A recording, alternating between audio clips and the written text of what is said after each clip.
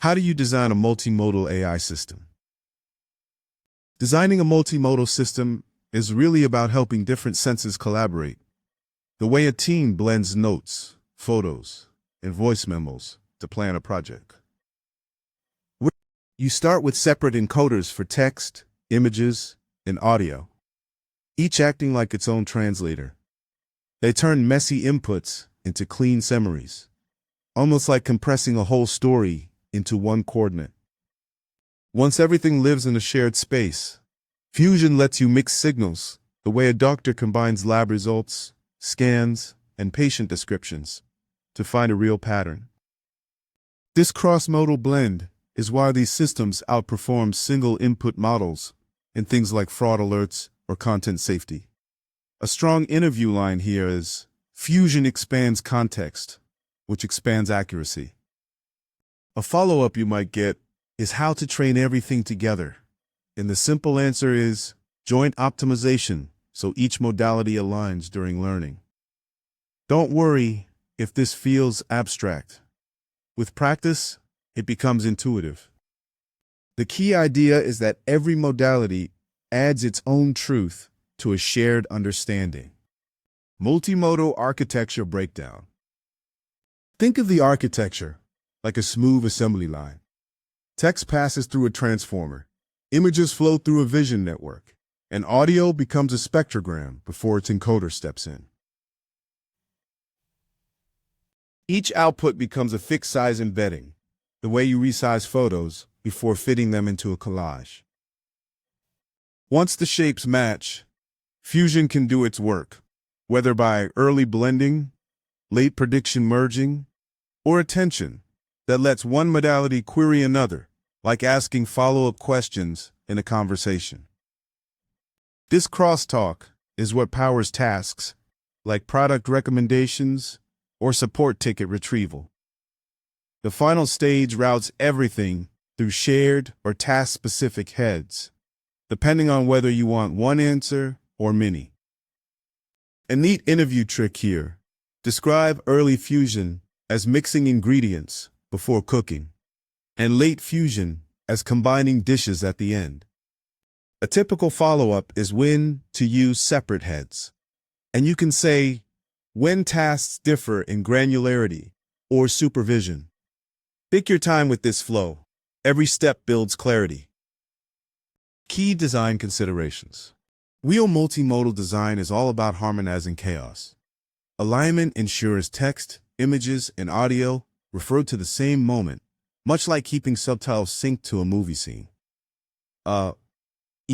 You also prepare for missing inputs, because real systems rarely get everything.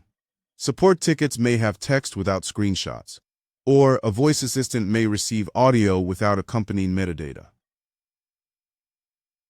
Scaling matters too, since teams often target latency budgets under 100 milliseconds for production. Pre-training on large contractive sets, similar to clip-style learning, gives the system a shared foundation. Fusion choices shape how inputs talk. Cross-attention lets modalities ask questions of each other. Dated Fusion adjusts importance dynamically. Bottlenecks compress everything into a shared viewpoint, and modality dropout trains resilience. Interviewers love asking which Fusion you'd pick, and a confident answer is attention Fusion, when modalities are rich and complementary. A likely follow-up is how to handle partial inputs. The crisp reply is redundancy and dropout. Don't stress. These patterns become second nature. Common follow-up questions. Modality imbalance shows up everywhere. One input dominates training. So you balance losses or rebalance sampling, like giving quieter voices more space in a meeting. Real-time inference is another big interview target. You often optimize encoders separately, apply distillation or quantization, and prune for edge devices. Evaluating multimodal models means more than accuracy. You ablate modalities, measure cross-modal retrieval, and test resilience. Similar to unplugging components, to see what still works. Failure modes often involve modality collapse, where the model latches onto one signal and ignores the rest. A clean interview trick is to mention tracking retrieval alignment during validation. A likely follow-up is how to detect collapse, and the simple answer is ablation and per-modality metrics. Don't worry if this feels dense. It becomes comfortable once you see the recurring patterns. The main theme is balance, speed, and resilience. Don't worry. Real-world ML pipeline integration. In real operations, a multimodal system moves through a steady pipeline. You begin by collecting aligned samples, making sure labels are trustworthy because noise multiplies across modalities. Pre-processing then normalizes formats and extracts features, like prepping ingredients before cooking. Training blends contrastive learning with supervised learning, so the model learns both alignment and decision-making.